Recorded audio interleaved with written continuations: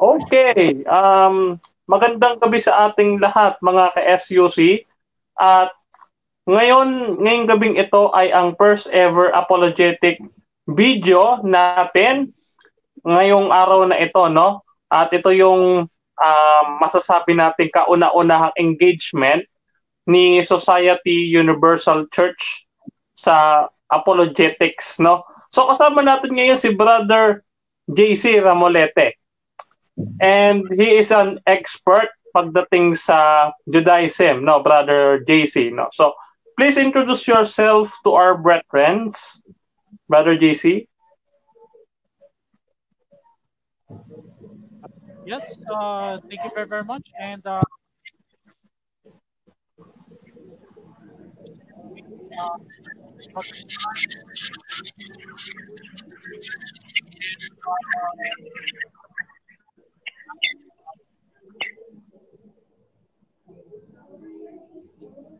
Medyo hindi malinaw, bro. Yung ano mo, yung audio mo. Okay, so we continue, no? We continue, Brother JC. Okay, ayos ka na? Okay ka na? so, Okay, sige. yes. So the reason I am interested in the field of Judaism because I felt nobody did Bro, medyo hindi maganda yung audio mo. Could you use an earphone instead? okay, wait a second. Yes. Okay. Advisably, no, we need an earphone. So, anyway, we continue our podcast tonight. So, Brother JC is with us and Brother Prince will follow, no? So, mga ka-SUC, this is Brother Denmar Santiago of Society of Universal Church. And we are here to uncover the truth. Then, tonight we will discuss an important topic, Brother JC.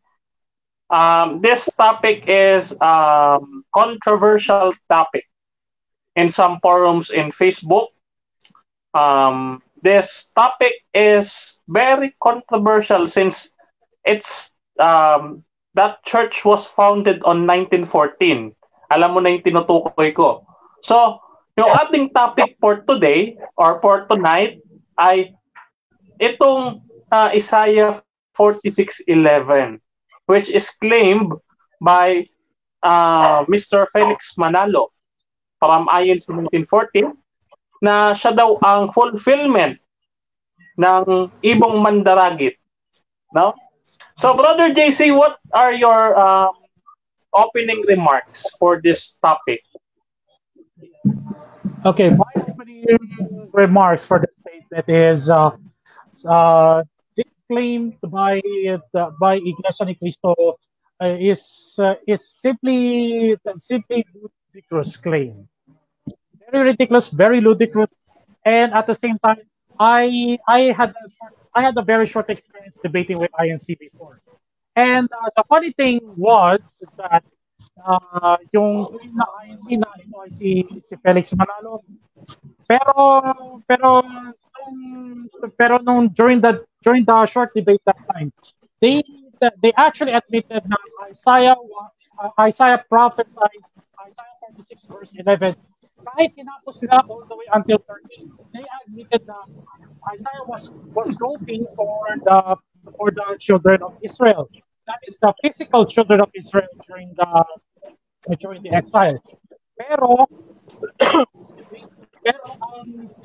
ang masaklap lang dito is pinipilit nila talaga yung prophecy na to na ito ay si Felix Manalo. But tonight, not only we will prove that obviously na hindi ito talaga si Felix Manalo, kundi si Cyrus the Great. And Brother JC. So, Brother JC, how can we prove that this prophecy is being fulfilled by King Cyrus of Persia? So, we talk about history. Now, we talk about first the history and the Judaism tradition, which we know that Jews are very trusted, and trusted and informative source regarding that scripture because that is a letter from Prophet Isaiah, which is a Jew. Huh?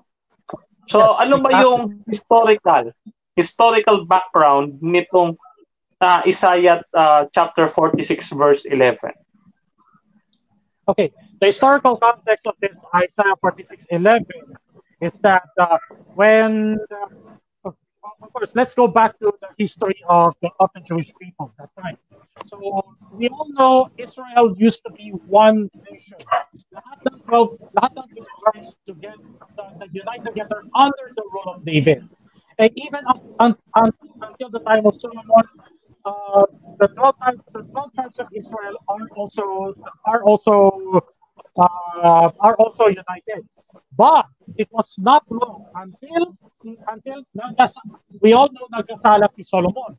Tapos nagkasawa siya ng mga pagan wives, nagkaroon siya ng maraming gabi. Okay?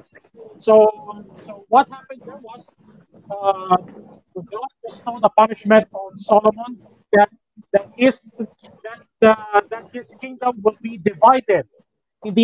So in other words, he will no longer rule Israel, pero mahahati na yung kingdom niya. So northern kingdom manatili as Israel, southern kingdom manatili as Judah. Now fast forward tayo ng konti. We all know that the northern part, Israel, became wicked. And as a result, ang nag-invade sa kanila ay mga Assyrians. Whereas Judah, the southern part, on the other hand, was invaded by the Babylonians. Okay, brother JC. I have heard, no, narinig ko from your words, no, that yung Israel ay being captive by the Babylonians in the time of Prophet Isaiah, no? And ito nga, brother JC, no, if it is captive by the Babylonians, no? And sabi kasi dito sa verse 13, mayroong pagliligtas doon sa Sion. No, may pagliligtas doon sa Sion. So, tanong ko sa iyo, yung claimant ba ng Isaiah 46:11 nagligtas ng Israel?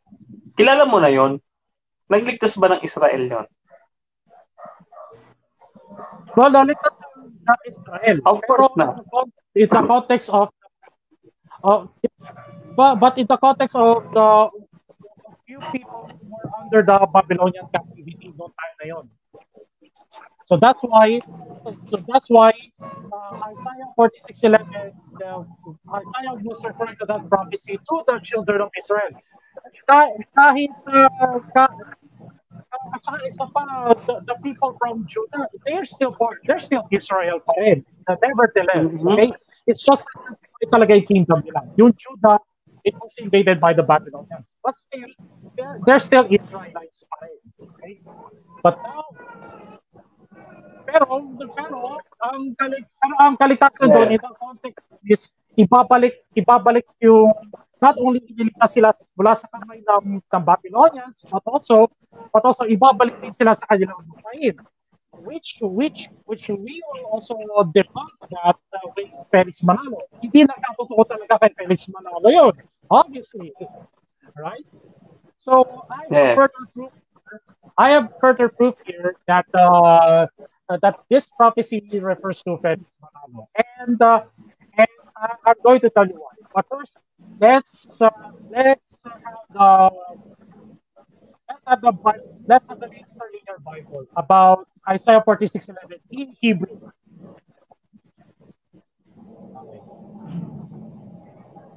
Okay, brother JC, I have read here. It says that in the verse 13, 46, chapter 46, verse 13, it said here,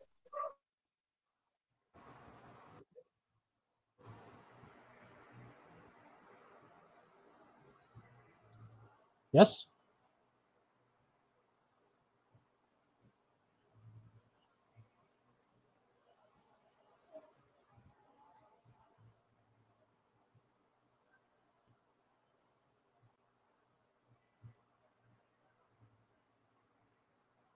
doon ko bibigyan ng karangalan ang aking bayang banal, sabi diyan. So, may pagliligtas dito, Brother JC, sa verse 13. Ililigtas dito yung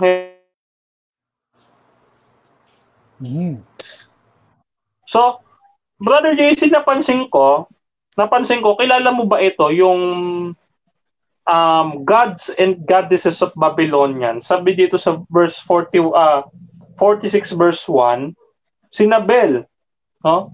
Sinabel at Heba na dating sinasamba ng mga taga-Babylonia.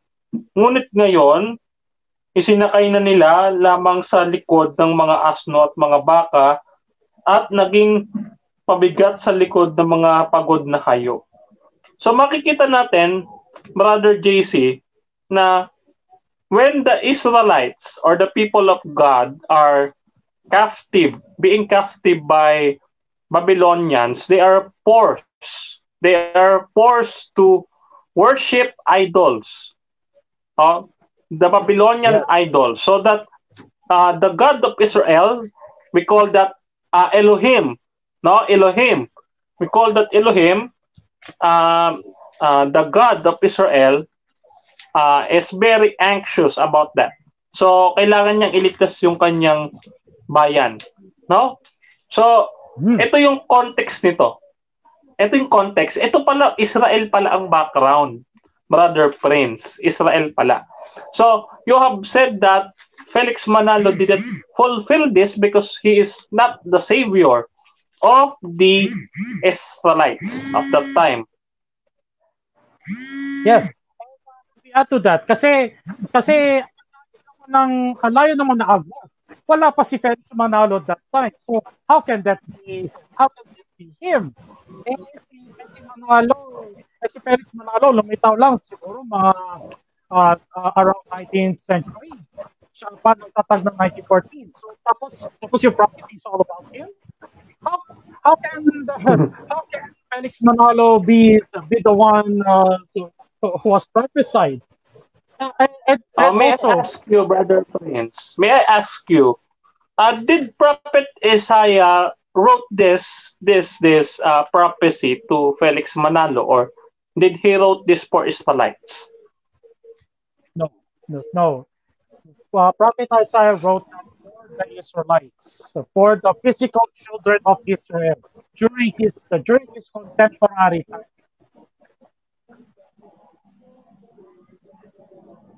So malayo talaga. It's ludicrous to believe na ito talaga kay Felix Manalo. And especially, remember, Isaiah was a fellow Israelite. Okay? His fellow Israelite Yes. by physical race. Si Manalo, Filipino. At saka isa pa, si Manalo, by virtue of his race, he's a Gentile. So he's not a Jew. Yes.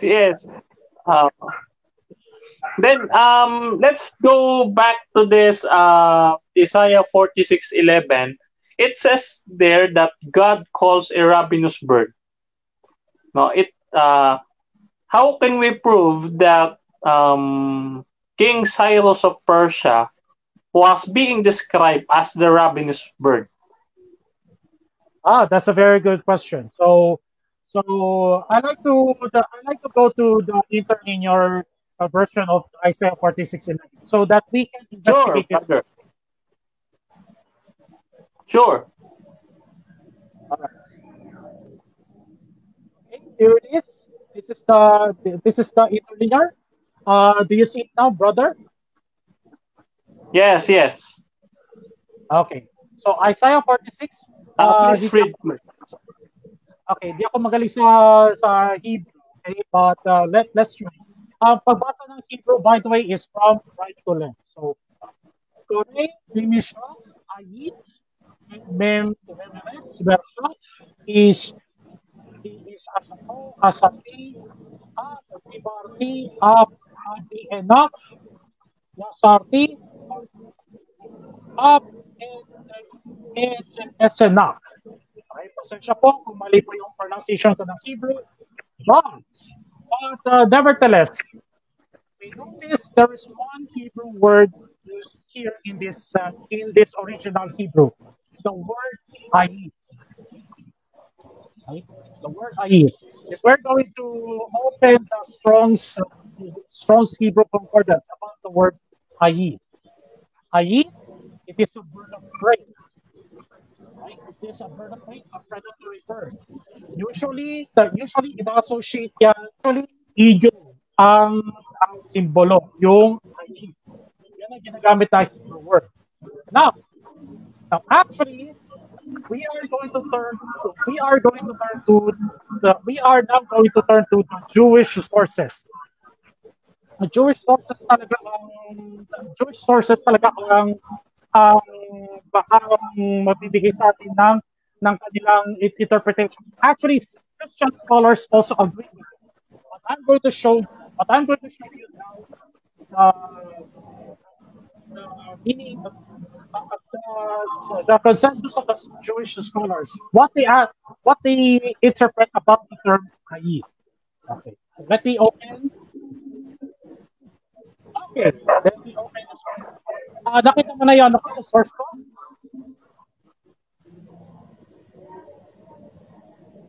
Okay, nakita mo na yung source? Yes, bro. Yes, bro. Okay. Eagle. Okay. This is not our source. This is actually coming from the Jewish scholars, according to Encyclopedia Judaica. Eagle, bird of prey of genus Aquila, in particular the Aquila crescentus, the largest birds of prey. The eagle has been identified by the translators of the Bible with the biblical Nesher, rendered by the Septuagint as Aquila. The biblical passages, however, ascribe to the Nesher characteristics that do not belong to the eagle, such as its feeding on carcasses in manner of figurating Nesher. The biblical dictionaries notwithstanding, there is no native Akkadian Nasru for comparison. And having a bald head, and already Rabbi Tom pointed out the mistake of regarding as the eagle. The biblical Nesher is the Griffon culture, although its traditional identification as an eagle was accepted by the sages of the Talmud, who applied the word to the Roman eagle. Ezekiel also apparently understood it in this sense when he compared the king of Babylonia to the Nesher, which has great wings and long pinions full of feathers. Ezekiel chapter 17, verses 2 to 3. Usual biblical Nesher, the Griffon vulture, which has no feather on its neck. The biblical name for eagle is apparently Ayi, described by Jeremiah chapter 2, verses 8 to 9, as carnivorous like lion, as the Savon. The latter in reference sings to its evil talon, Espa, which is especially long for catching its prey. The powerful king, the founder of Babylonia, is compared to an Ayi. Isaiah 46:11. The first insight is referred to by Job, chapter 20, verse 7. This also mentioned several times in the Bible as the general term for carnivorous birds of prey. In Israel, there are 6 species of eagle of genus Aquila, but they are rare. The largest of the eagles, the Aquila crescentus, is seldom seen in Israel. Pero take note, anong sinabi? The biblical name for eagle is apparently Ayi. Ugma ito sa interlinear Old Testament Hebrew. Ayun, Brother JC, basically the traditions of the Jews, the Persians, the Assyrians, and the Babylonians, they describe a king, no? They describe a king as ravenous bird kapag ito ay magaling na conqueror. Ibig sabihin, ito ay magaling na mananakop, yung mabilis siya makasakop. And we know in history, King Cyrus the Great was a great conqueror at his own style of kingship, no? And yung mga Jews, kilala talaga siya, Brother JC, no? Kilala talaga siya ng mga Jews. But if you ask a Jew, did they know Felix Manalo as Ravensburg? What do you think, Brother JC? Oh, actually, this is based on our experience with Brother Priest. We spoke and asked we asked some of the Jews today, and we told them, "Do you know anything about this guy, Felix Manalo?" And to our astonishment, their response, Felix Manalo, what the heck is this guy? Parang natatawa na kami nung time na yun. And we were like, and we told them further. We said, because this cult named Iglesia de Cristo claim Isaiah 46:11 is referred to Felix Manalo, and uh, and you know how they react. Yes, they laugh.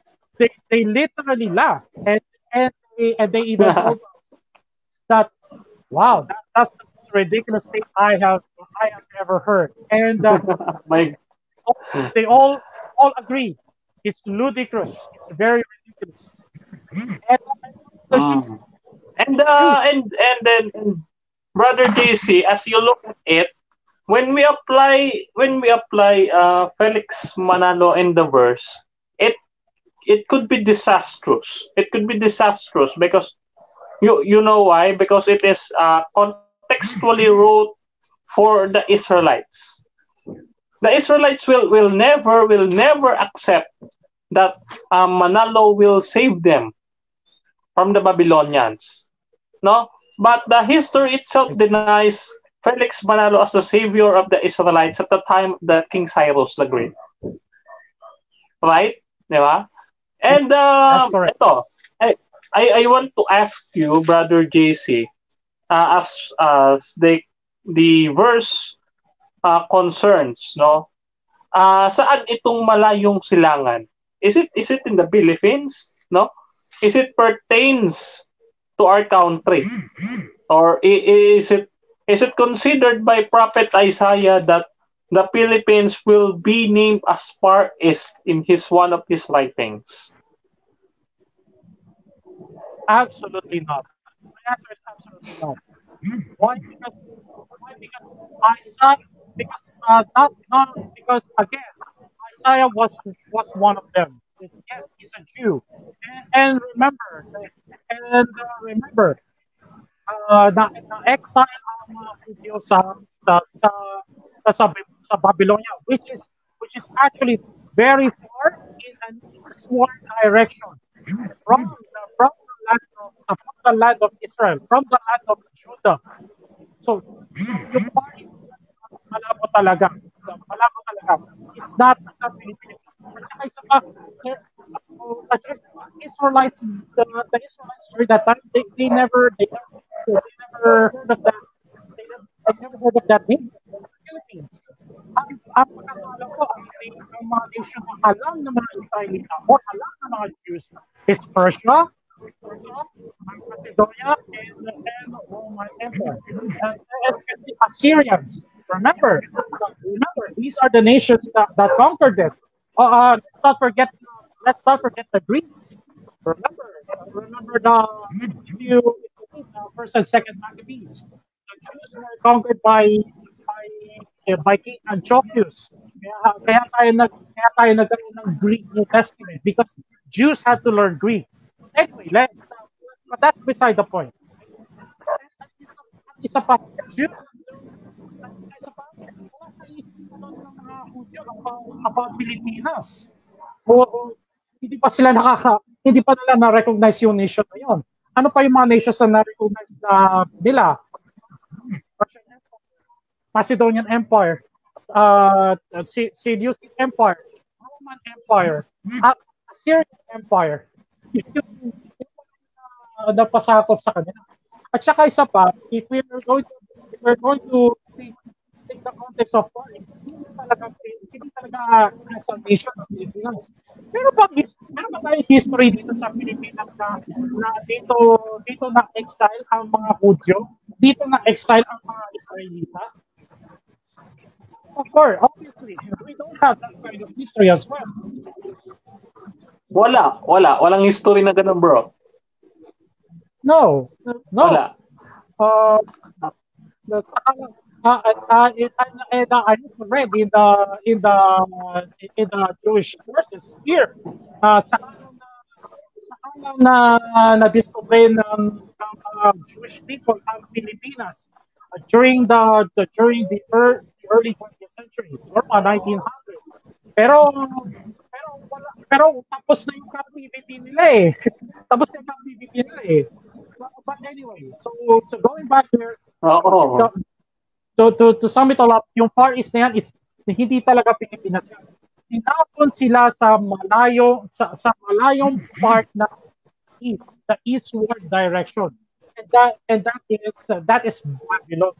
Doon sila tinapon eh. Aside from punishment, but also doon rin sila liligtas nila eh. Kasi I think nag-repent din ang mga Kasi, Hudyo Brother eh. GC, Brother GC, the ravenous bird that was called by Elohim, no, by Yahweh here in the verse, came from the Far East. So definitely, this is Persia. This is Persia, and Yes. King Cyrus is from Persia. So definitely, he is the fulfillment of this verse, not Felix Manalo. Yes, it's very clear, and just like we noticed earlier, the Hebrew word for a ravenous bird or a bird of prey that is ayid, and according to the Jewish sources, which we also agree as Christian scholars as well, that ayid was alluded also to the king of Persia. Why?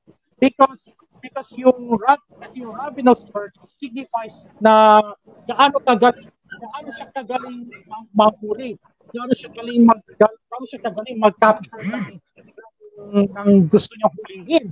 And that's exactly how Cyrus was. And remember, the insignia of Cyrus the Great was an eagle, because that signifies how powerful his kingdom was. Okay, we have another evidence here from Smith's Bible Dictionary. Again, Yes, please read. Please read. Okay, so this is the Bible Dictionary used by Iglesia ni Cristo. Again, they misuse this.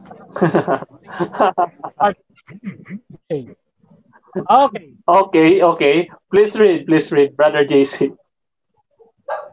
Okay, so the eagle's sweetness of flight is subject to frequent allusion in Scripture. Okay?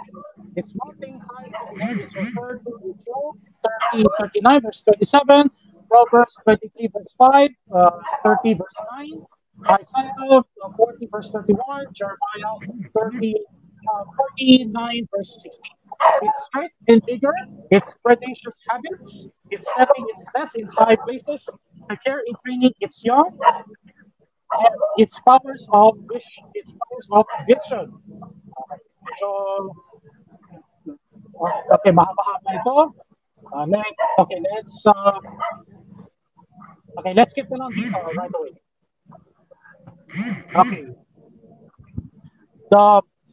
Okay. The Aquila of Matthew 24 verse 28, 27 verse 37, we include the Lord's word,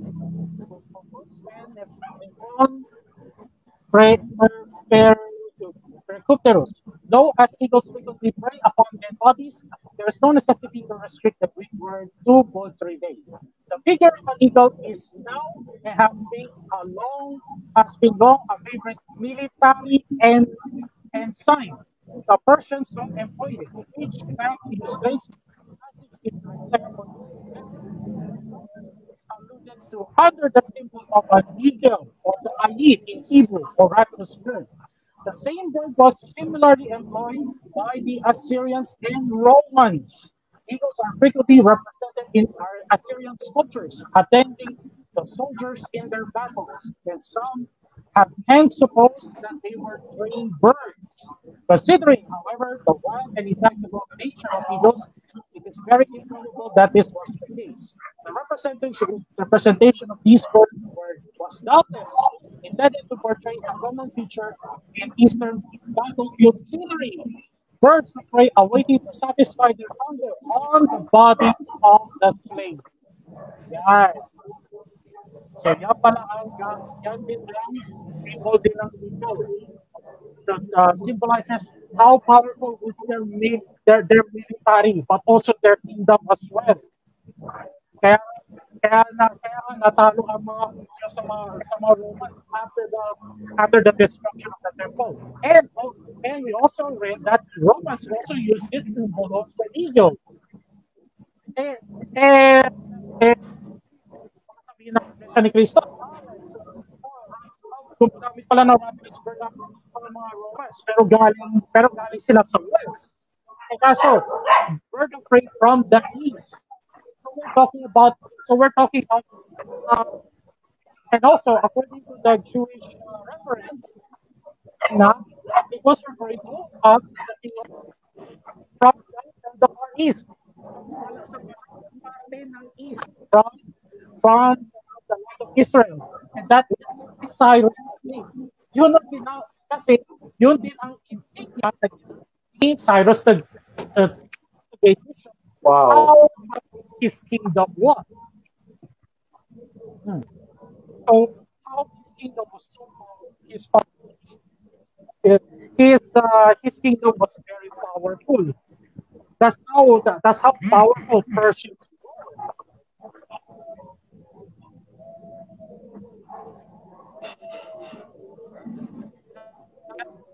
Powerful talaga ang Persian nation. And in fact, Cyrus the Great, even though yes, he's a foreigner, we can see he's a Gentile. But actually, he fulfilled the prophecy because he came from a very far. He came very far at the eastern direction of Israel. So malabo talaga si Felix Manalo yun. At saka isa pa, according to the Jewish referencing sources, it represented as a king, a powerful king.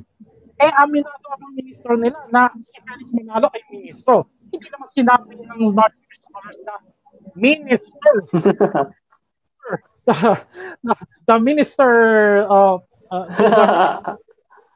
kaso dito ng Jewish scholars by themselves, king of the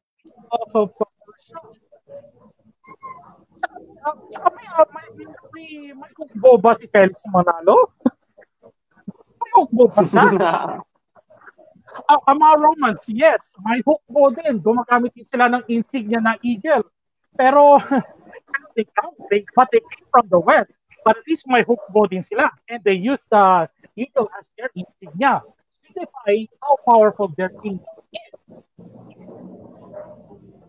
So, Brother JC, let me talk you back on the verse that we are using and talking about, this verse 11 to 13. No, ayun nga. Contextually, this is all about the captivity of the Israelites in the hands of the Babylonians. And God has said na itong ibang mandaragit ay may gagawin siyang payo, which is the will of God. That will of God is to save the Israelites from the captivity of the Babylonians, which they are enforced. They are forced to worship the Babylonian idols while they are under the captivity of the Babylonians, and hence these Israelites are needing of a savior. Is needing of a savior. Can we cite the verses, no? Verses from the Bible that it says that King Cyrus is really the fulfillment of that statement of Prophet Isaiah. Where can we read in the Bible, no, that King Cyrus is the fulfillment of the ravenous bird that came from the far east? Yeah. Actually, mababasa natin yan sa Book of Ezra. Although Cyrus the Great did not explicitly uh, pagkakalam ko, Cyrus the Great came centuries later after Isaiah. So he might never have known Isaiah. But nevertheless, uh, Isaiah Isaiah also fulfilled the prophecy. But later may pasabog ako, right? Later may pasabog tayo dyan. How can Cyrus I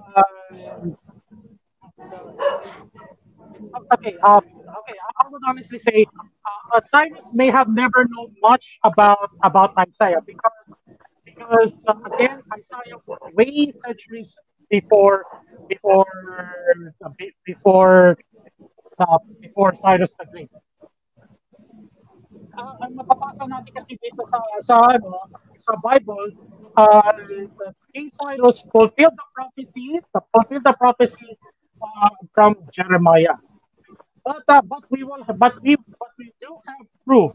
But we will support that proof na he fulfilled the prophecy of Isaiah. Okay. But ito yung sinabi firstly ni Cyrus the Great. Actually, he fulfilled that prophecy. So let's start with Ezra chapter 1. Yes, please read, Brother JC. Please read for us. Now, in the first year of Cyrus, king of Persia, the word of the Lord by the mouth of Jeremiah might be fulfilled.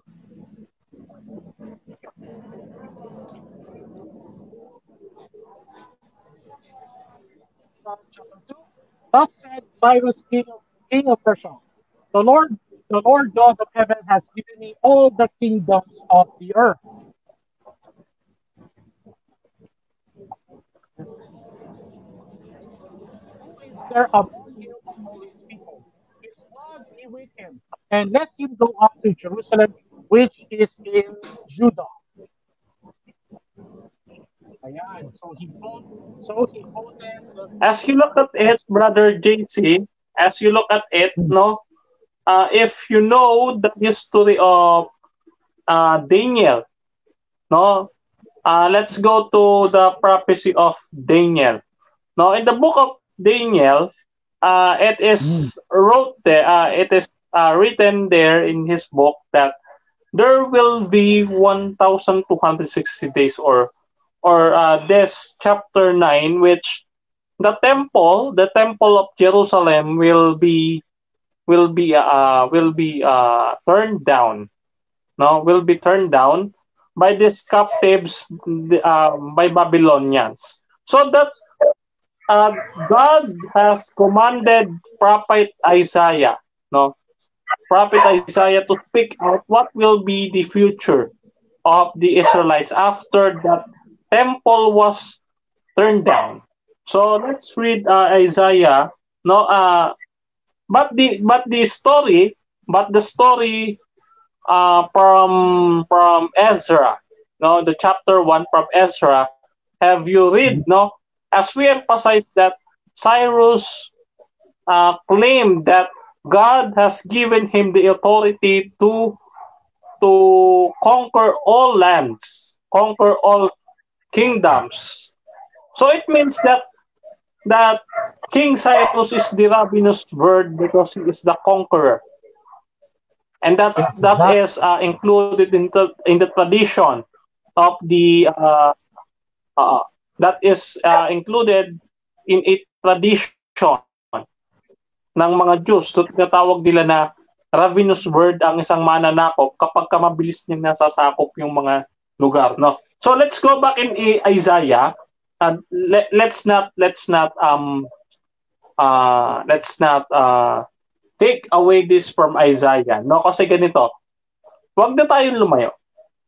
Ang sabi dito sa Isaiah chapter 45 verse 12, ako ang tumawag kay Ciro upang magawa ang aking layunin at isaayos ang lahat ng mga bagay. Aking tutuwirin ng kanyang daraanan, muli niyang itatayo ang Jerusalem na aking lungsod at palalayain ang aking bayan. walang sino mang nagbayad o nanumbat sa kanya upang magawa ito. Sa makapangyarihang si Yahweh ang nagsabi nito. Let's emphasize here, Brother JC, yung sinabi ng Diyos. So sabi niya,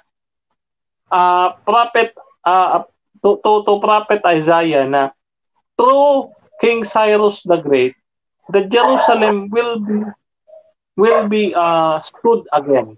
Itatayo ulit. Will be revealed by King Cyrus, no? And palalayain sila. From what? Excuse me. From what, Brother JT? From the captivity of Babylonians. Yes, And exactly. that is mentioned here in the chapter 46, verse 1, where the Israelites were forced to worship the Babylonian idols. No? Doon sila ililigtas ni prophet ni King Cyrus. So definitely this ravenous word is not Felix Manalo. Brother JC, it is not Felix Manalo who saved the Israelites. Prophet Isaiah answered us directly. Who is the ravenous bird that was described to conquer and to save the Israelites from the captivity of Babylonians? It's King Cyrus. Yes, exactly. No? Felix Manalo. Exactly. Exactly. At saka isa pa. Remember the term a man from the east or bird of prey from the east was also repeated in Isaiah 41 as well. I know I think you're aware of that. I call Yes. somebody I call a man from the east. Again, Yahweh also uses that term. That's referring to Cyrus. Pero hindi talaga ng mga taga-iglesia ni Cristo na si Felix Manalo yun. Kaso, here's a problem. In Isaiah 41, na tatawagin ni God yung person coming from the east, the far east from Israel, siya daw ang magkocommand na he will restore Jerusalem and siya tayo mag-rebuild ng temple para sa mga Hudyo. Eh, ang tanong, si Felix Manalo ba, meron ba siyang ganong credential? Nagawa ba niyang ibigyan ng permiso ang mga Hudyo na magtayong muli ng temple? Absolutely not. Wala. Absolutely not, brother. Absolutely not. Pero si Cyrus, even in Ezra chapter 1, pinayagan rin niya ang mga Hudyo after the Babylonian captivity. He allowed the Jews to rebuild their own temple. Kaya sinabi niya, may God be with you. You worship your own God. So that's his way of saying, malaya na kayo na mag-worship ng tunay ninyong Diyos again, which Cyrus recognize na si Yahweh ang Diyos ng mga Israelita or ng mga Hudyo. So there's no way si Felix Manalo yung malabo. This is problematic for Iglesia ni Cristo.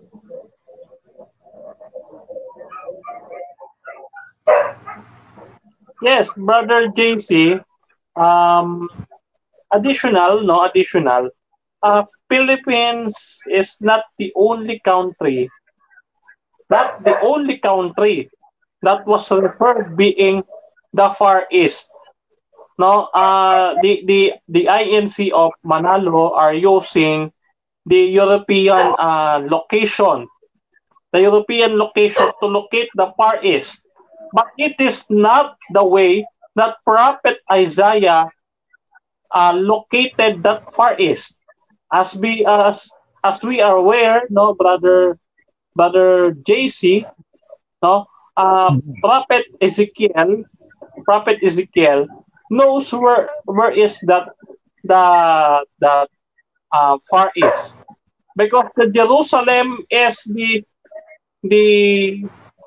main entry point.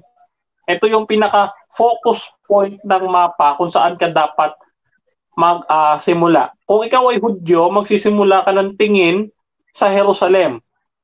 And from Jerusalem,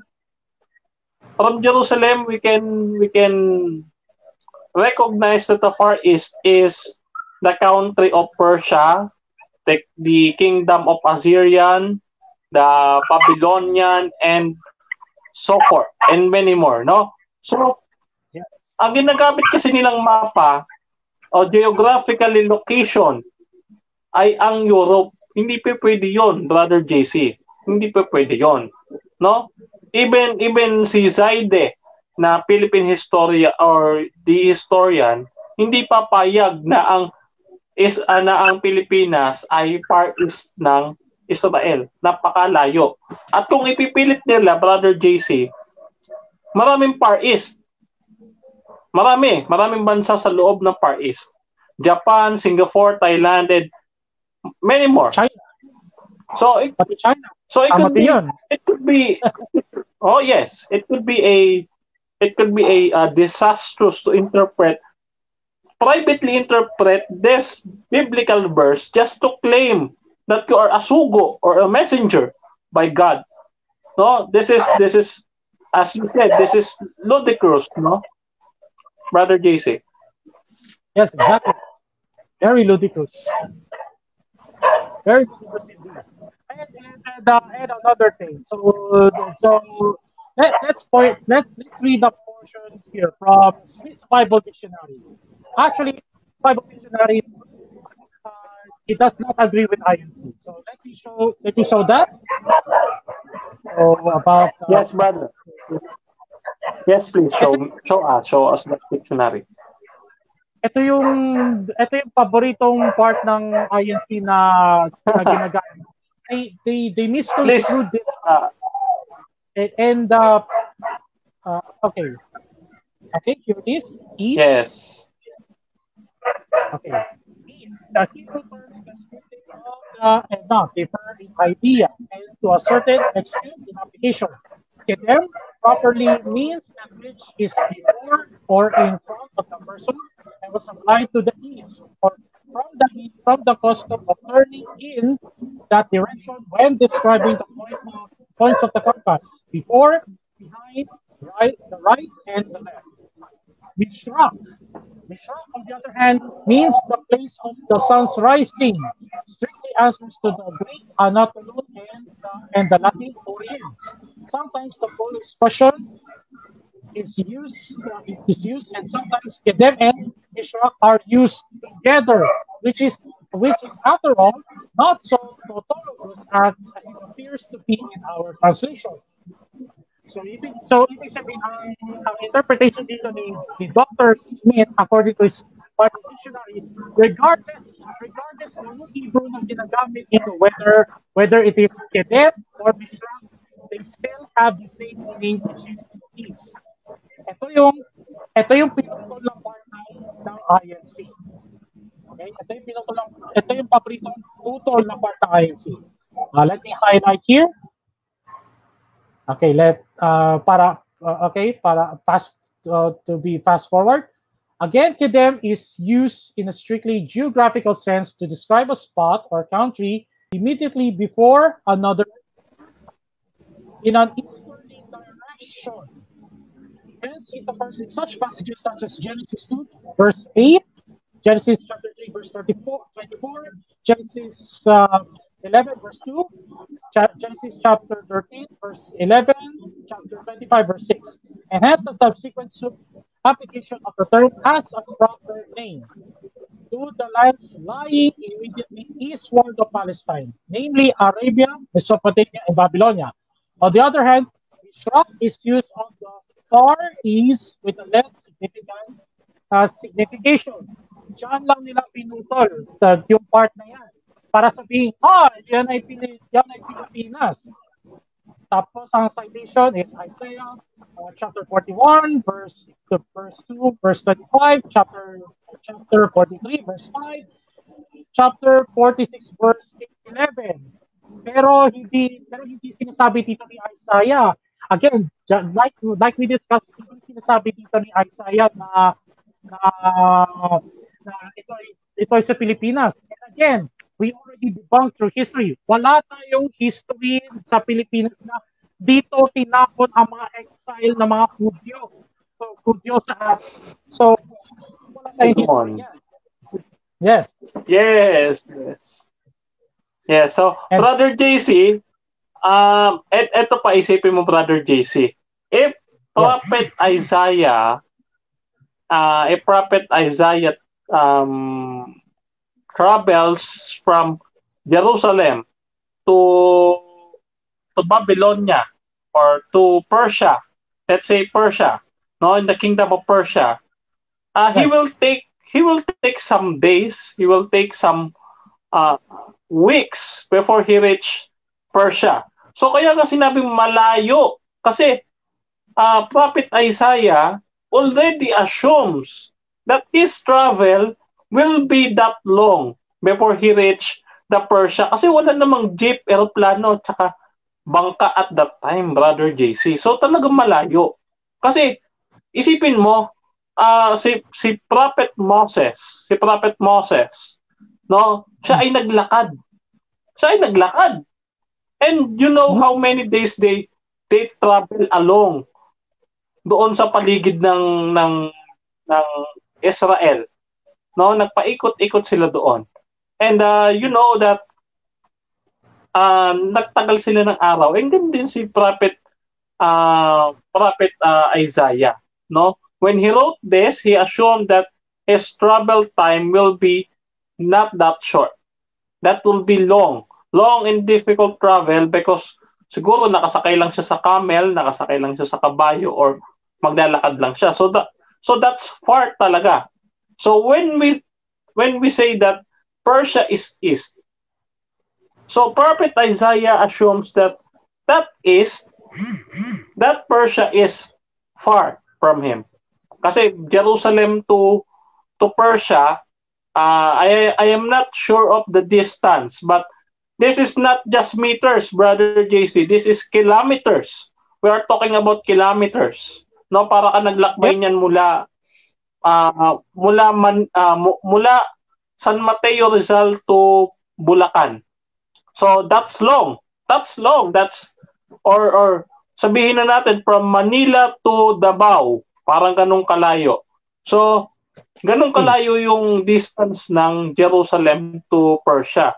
So kung maglalakad lang si Prophet Isaiah, it will take weeks. It will take days or weeks in order for him to reach that destination. Yes, exactly. And also the point is always the point of reference always ng Jewish people, even during the exile, is from Jerusalem. Kasi doon nakasentro yung temple nila eh. Doon nakasentro yung worship nila. So since they were also captives, since they were captives in Babylonia, which is very very far from their center of worship in Jerusalem. So talagang malayo talaga in the eastward direction. Malayo talaga na yun ay Pilipinas. It's very ludicrous to say na far east yun ay Pilipinas. That's problematic. That's absolutely problematic.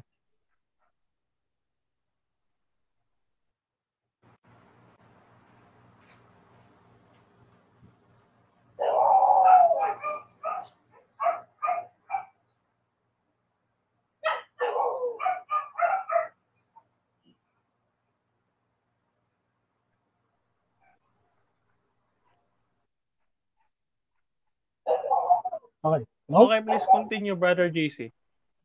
Tsaka imposible. Like I said, point of center of worship talaga ng Jewish people of that time was Jerusalem. Siyempre, from Brother Jerusalem. JC, are you there?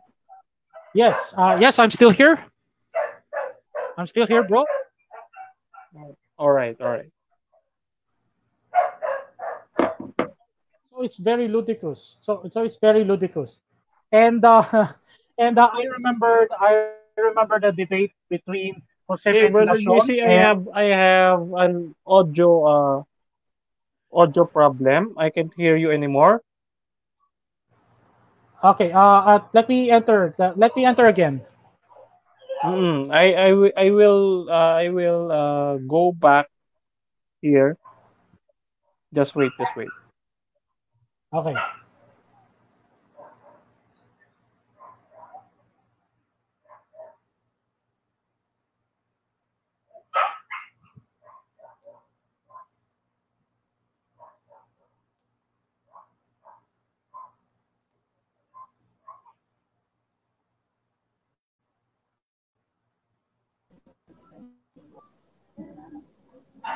All right, all right. Brother Oh, JC, okay. yes. Yan. Yeah. Narinig mo ako. So, ayan. Brother JC, for our closing remarks, what will be your conclusion out of this discussion that we have made and we have proved that Felix Manalo is not the concern of Isaiah in terms of or in scope of the fulfillment of the prophecy of the ravenous bird, and it is proven by the theologians and Bible dictionaries that you read earlier Mhm. a while ago that Cyrus the Great was the one who is the fulfillment of this prophecy. No, so what will be your conclusion out of all of this discussion, and what will be your call to our friends from INC 1914 just to clear their mind from what we call ludicrous doctrine of Sugo Felix Manalo?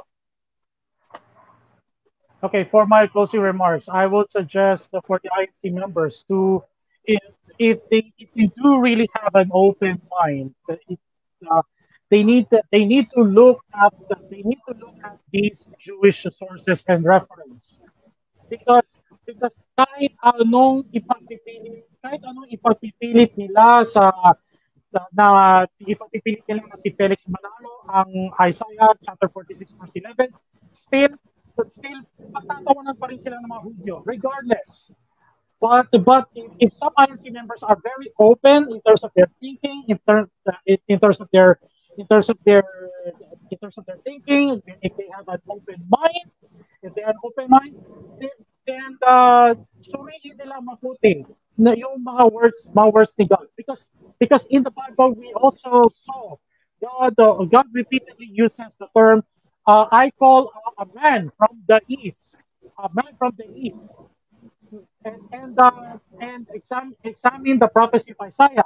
At sinabi ni God dito din sa prophecy ni Isaiah na this man from the east, which later God also calls him as the ravenous bird from the east, siya ang magtatayo siya ang magre-rebuild ng templo para sa mga Hudyo. And then, and then they need to examine the Felix Manalo's credibility or credentials. Did Felix Manalo, was Felix Manalo, aside from ask themselves this question, kilala ba talaga sa tingin ba nila, kilala ba si Felix Manalo ng mga Hudyo? Second, not only that, not only yung ravenous bird na to ay ay magiging kasangkapan ni God to bring His salvation to the children of Israel. If we read further until Isaiah 46 chapter 13. Okay? So, si Felix Manalo ba, bilang kasangkapan ni God, did he also bring salvation also to the children of Israel? Aside from kasi we ask a handful of Jewish people. We asked them kung kilala ba nila si Cyrus the Great, and these Jews actually attested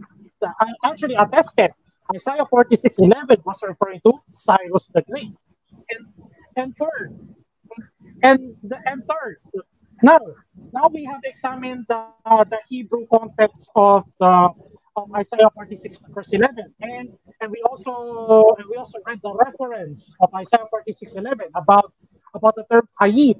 Jewish Jewish scholars, especially Christian scholars, unanimously agree that ayit, the Hebrew ayit refers to the eagle, and it is an allusion to a powerful king. So, And that is Cyrus. That is Cyrus. yes. So, kaya tatanungin nila mga sarili nila, si Felix Manalo ba hari? O baka feeling hari? Okay. Nako po. Nako po. So, Brother JC, on behalf of the admins of Society of Universal Church Facebook page, we are thanking you for allotting us a time to this invitation. Um, we are looking forward for another collaboration with you with another video. I guess we'll be talking about we will talking about the the Sabbath or some topics that related to Judaism. No, but let's encourage our viewers, our brethren, brothers and sisters to watch always the live streamings that we are doing in this Facebook page. Please like and follow our page. And Brother JC, no, we are glad that you here. And sana sa susunod kasama na natin si Brother Prince para medyo matagal-tagal tayo kasi it is my pleasure to join you in a podcast. And next time sana anong prepared mong time? Anong prepared mong day to schedule again our podcast? What do you think? So pwede natin i-set Wednesday or Friday. Kasi definitely Friday talagang free How ako. about we schedule this podcast every Sunday? Yeah, why not? I'm absolutely Oh, free yeah. on Saturdays. Yes. Every Saturday. Sunday, no, every Sunday. And we will be discussing different topics that were being related with each other. So next time we will talking about the another claim of Felix Manalo, which is the angel in the east in Revelation chapter 7 verse 2. We are talking about that by next week. So, brothers and sisters, thank you so much for joining us today or tonight on this podcast, and hope that you are encouraged and learned about this ludicrous doctrine, so that you will be aware. You will be aware of their deception, di ba, Brother JC? Yes, indeed. Yes, indeed. Oo. And Uh, let me add something. This is very quick lang. This is very quick. yeah. Well, actually, we also have another proof that Cyrus the Great did fulfill Isaiah's prophecy. I think you're aware of El Filibusterismo. Uh, this is very shocking, which was never been revealed Oh, really? before. Really? Please expose that proof, Brother JC. Okay, actually, eto, this is from the Encyclopedia Judaica. Let me share my Wow. Please read. napakalaki. Please read. Okay. Okay. Pasabot against INC. There's something wrong. Why is not open? Wait. Okay. Okay, this one. Do you see it? Yes. Okay. So ito yung proof. This is also another proof that Cyrus the Great also fulfilled Isaiah being a conqueror, the man from the far east to conquer Babylon. Ito yung as admitted by the Jewish Encyclopedia. So, under the article, Bene mene, tekel, uparsin. Ano ibig sabihin ng mene, mene, tekel, uparsin? Daniel read it. This is actually the incident in Daniel chapter 5. And it reads, and the writing on the walls here says, Daniel read it, mene, mene, tekel, uparsin. And Wow, wow, that's another informative proof, Brother JC, from the Judeo dictionary or encyclopedia. That was yes, revealing. That was yes, revealing. That was shocking. Oh, oh. so, and explain it to me that God had numbered the kingdom of Belshazzar. Belshazzar was the king of Babylon that time. Siguro he Yes. succeeded Nebuchadnezzar and brought it to an end. That the king had been weighed dahil sa kanyang matinding idolatry, dahil sa kanyang pagan practice, especially his polygamy. Remember, Belshazzar had so many wives that time, and that his kingdom was divided and given to the Medes and Persians. Oh, Wow. kaya dito Wow. natin Wow.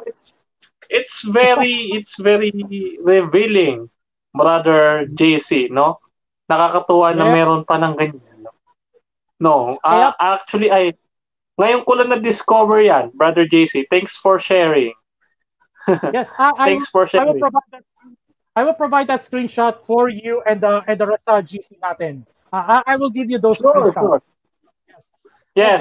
Kaya So, again, kaya dito natin nakukuha mm, yung term na kaya dito natin nakukuha yung term na sa mga action films like bilang na ang araw mo or tapos na ang mga maligayang araw. Kaya diyan natin nakukuha yung yan. So, yan pala ang ibig sabihin ng oh, Tekel oo. Uparsin. Yes. So, ayun, So, Brother JC, uh,